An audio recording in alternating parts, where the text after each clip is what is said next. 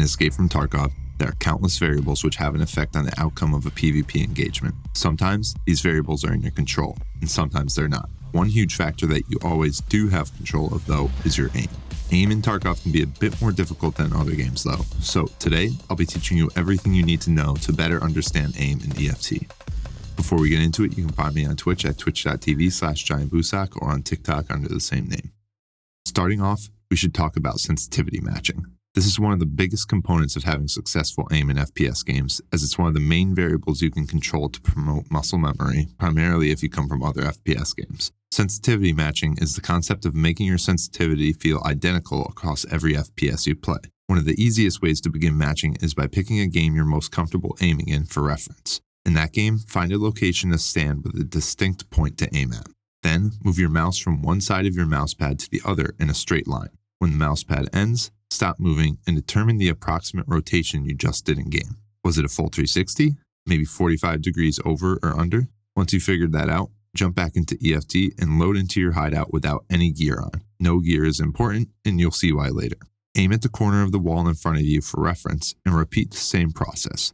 From there, you'll want to adjust your EFT sensitivity until your spinning distance across your mousepad matches the same rotation in the game you chose earlier. This can be applied to any game and will help your aim tremendously if you jump around between EFT and other games. One thing that makes EFT complicated, though, is that helmets, armor, and bags can all have an effect on turning speed, as can be seen in their inspect windows. In order to combat this, I suggest briefly returning to your hideout with any new gear set you equip and adjusting your sensitivity to match the same rotation you had with no gear on. This can be a tedious process, but I believe it's always worth doing since it has such a big impact on making your aim feel consistent. I do want to add in that you should not be changing your sensitivity all the time outside of making it match whatever gear you're wearing. Changing sensitivity too often will negatively impact your quick reactions, and you'll be in a constant state of needing to adjust and adapt to inconsistent aim feel.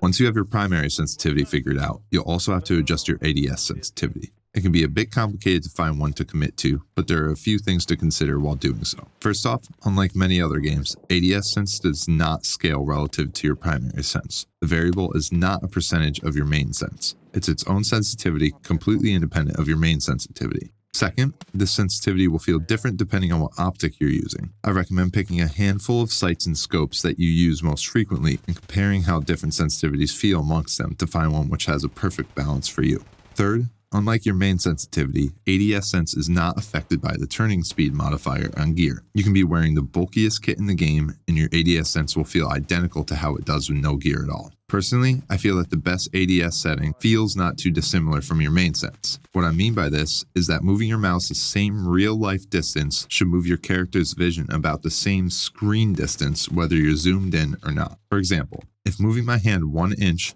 results in aiming at a point 2 inches of screen space from my original position while not aiming down sights, then the same should apply while aiming down sights. Note that we are talking about screen distance from the initial position, not degrees of rotational distance in-game. My method, of course, really only applies to reflex or 1x sights, as ratios become a bit more complicated when at higher magnifications, and Tarkov does not currently allow us to change sensitivities for different magnifications. It can also get a bit more complicated when talking about different field of view settings. The process of committing to an ADS sense, in general, is highly preferential, as what feels best is going to depend on the person, and I can only do my best to share my opinions on the matter. I do believe, though, that ADS sense is much easier to dial in once you've solidified your main sensitivity, so I highly recommend committing to that first.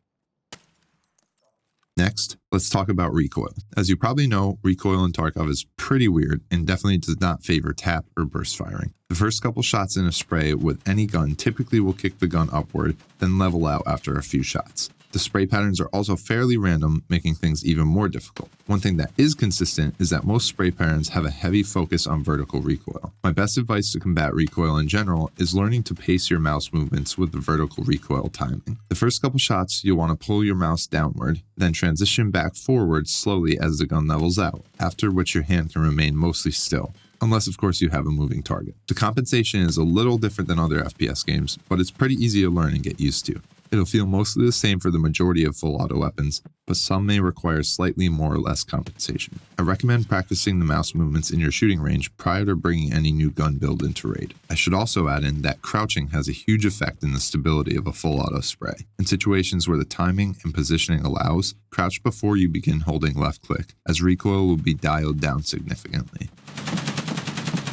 Another thing that's a bit different about aim in EFT is that point firing has a lot of advantage over aiming down sights in many situations. At closer engagement distances, point firing is just as, if not more accurate than aiming down sights, with the added benefit of being able to shoot immediately since you don't have to account for aim down sight speed. This is why lasers are so essential in EFT. In other games, bullets don't always necessarily come from the barrel of your gun, so where your weapon model is pointing is independent of rounds being shot. But in EFT, bullets do come directly from your gun, and with tactical lasers mounting directly on handguards, it allows for them to almost perfectly follow the path of where your bullets will land. If you're newer to the game, take the time to practice point firing in offlines against scavs. You'll be able to train yourself to not jump to aiming down sights immediately as you notice an enemy, something that many other FPS games expect you to do. For anything that can be considered close range, you'll really only want to be point firing. It's also worth adding in here, if you weren't already aware, that lasers in EFT do reduce point fire recoil spread, despite not stating it anywhere on their inspect windows.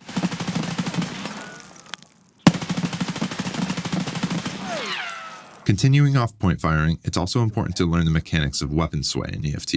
What I mean by weapon sway is the way that your weapon will drift horizontally as you strafe either direction. When you strafe left, your gun will pull to the right, while if you strafe right, your gun will pull to the left. This mechanic is common in some games and omitted in others. It also sometimes only applies to the weapon model in some games while having no effect on actual bullet trajectory. It's important to play around with this and see how it affects builds of different lengths, as well as how it affects semi-auto versus full auto. Many fights in EFT are going to be a matter of swinging around a corner or past a doorway with the opponent on the other side. In order to be successful in these kinds of fights, it's important to have the ability to compensate for weapon sway. As always, the best way to get the hang of this is by practicing in either offlines against scavs or just in your shooting range.